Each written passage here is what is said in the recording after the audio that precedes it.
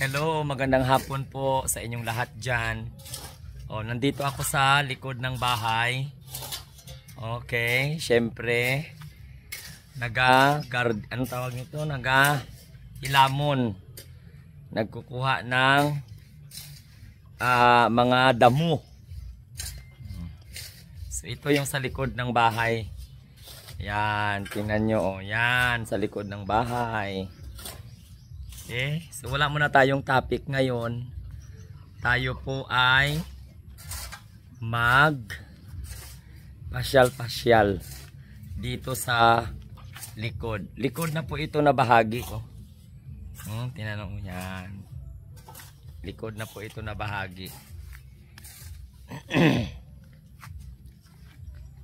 Nagadamo. Tinatanggal ang mga damo kasi mahaba na yung mga damo. Tapos nandito po sa likod. Naku. Ayan. Dito yung aso ko naman. Hello. Ito po yung aking aso. Siya po ay buntis. Ayan, buntis. Ay. Buntis siya. Ewan ko kung kailan mga anak to. Ewan ko kung kailan mga anak. Kay makulit-kulit. Kung mayroon akong aso, may aso din ang mga Duterte sa Senado. Ang mga senador. Shout out dyan sa mga aso na mga Duterte sa Senado. Mainit, di ba? May mangka dito sa likod, may langka Puno ng langka. Dalawang puno and mayroon dito ng pinya. May isang pinya dito, guys. Maliit na pinya. Okay, ayan maliit na pinya. Kita nyo? Ayan maliit. Paano to maluto? Kaisa kabilog maliit. Ayan. Dito. Diba?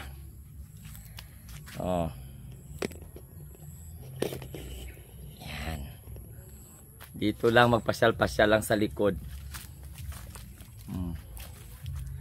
Pakita ko sa inyo si Sophia nakakulong. Kasi pag hindi ikulong magtakbo. Ayan daan po mga Encantadia. Yan sa likod. Ito ang aking alagang aso na si Sophia. Nakakulong siya ang aking alagang Chow Chow. Di ba? Alagang Chow Chow.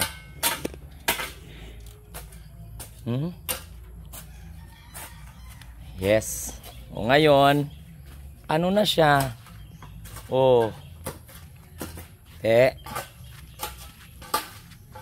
Ayan nagadamo, nagakuha ng mga damo.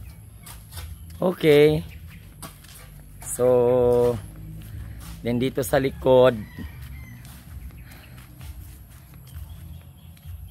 Ayan Ayan. Tapos dun sa kapitbahay. Ayun. Okay. So, pasyal-pasyal. Mainit. Hindi pa ako nakapaligo. Mabuti yung tanggalin kasi mamatay siya makapal ang mga makapal ang mga damo. Kaya po, ayan. Tinatanggal. Tapos dyan ako nagatambay pero may damo na kukunin. Yung area na yan, 'di ba? Ayan So, kukunin yung mga damo na yan.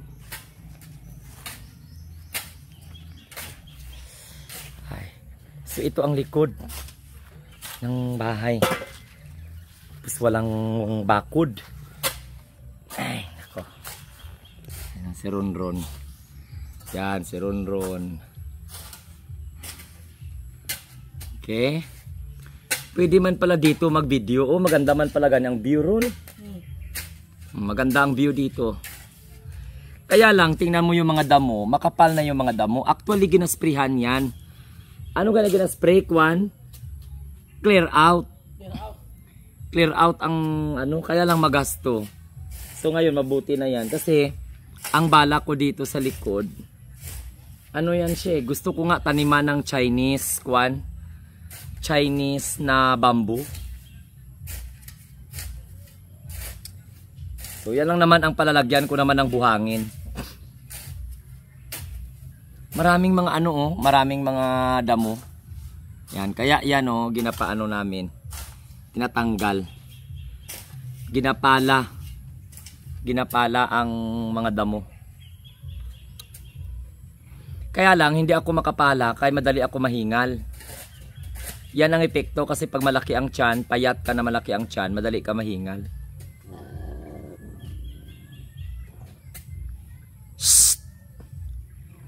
Oh, may aso. Kung gabi, yan siguro yung aso na yan ang ginatahol ni Kwan Sophia.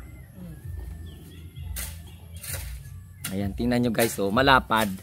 Malapad na ang tinanggalan ng mga damo. Tapos ito, ayan. Pwede din pala ako dito mag-video-video, no? Ayan, tapos nilagyan ko dito ng garden. Ay, nilagyan ko ng, ano tawag? Garden set. Pero mahirap ito, mabigat ito masyado. Mura lang ito, 1,500. Ito 1,500. Dati, 2,000, 2,000. Ngayon, 1,500. Pwede mo na siya mabili 1,500. Ang problema, napakabigat. Kung ikaw lang isa, mamatay-matay ka sa kakabuhat-buhat. Kaya ganun. So ayan, mga African palm oil yan, palm oil. Tapos namula pa natapos. Yan. Yan Ayan. Tingnan mo dun sa likod. Si Ron. See? Dito, nagatambay ako dito pag gabi, pag hindi maulan. Ayan. Kaya lang maraming lamok kapag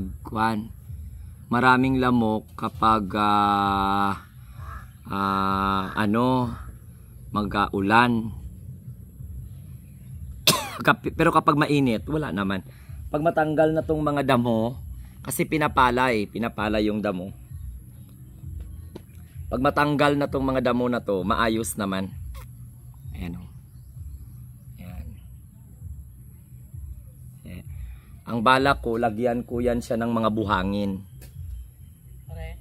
Oo, para dito na lang ang plaza sa likod. Bala ko dito maglagay ng maglagay ako ng studio. Ay, ano man yan man. Pasikat kagid ba? Pasikat ang alinganga niya. Bala ko dyan maglagay sa ng studio ko. Tanggalin ko yung bintana. Kaya lang hindi pa masyado wala pang budget. Tanggalin ko yung bintana tapos gawa ng kwarto. Tapos i-high ceiling ko.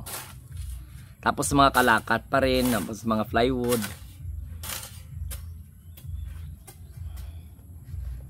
Yan. Tingnan niyo maganda ang pagkapala ni Ron kay see? Hindi ako maasahan sa mga ganyang bagay. Kaya madali ako mahingal. Madali ako mahingal ba? Yan lang. So very dito, no? Pwede ito dito gawing plaza-plaza. Dito ako magpapagawa ng mga kwarto-kwarto para at least pag may mga bisita, sila. Hindi sila maisturbo ba? Kasi doon sa unahan, hindi na yan pwede doon. Dito ako sa likod magpapagawa ng studio ko. Sa bagay, pwede manggani na siya, Bakbakon.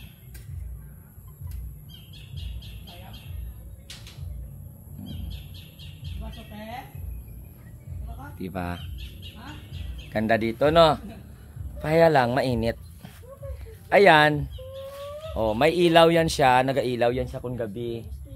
Tapos meron siyang upuan dyan. Tinatambayan namin yan paggabi. O, tinan mo o. Napala na. O, ayan o. Marami na napala na.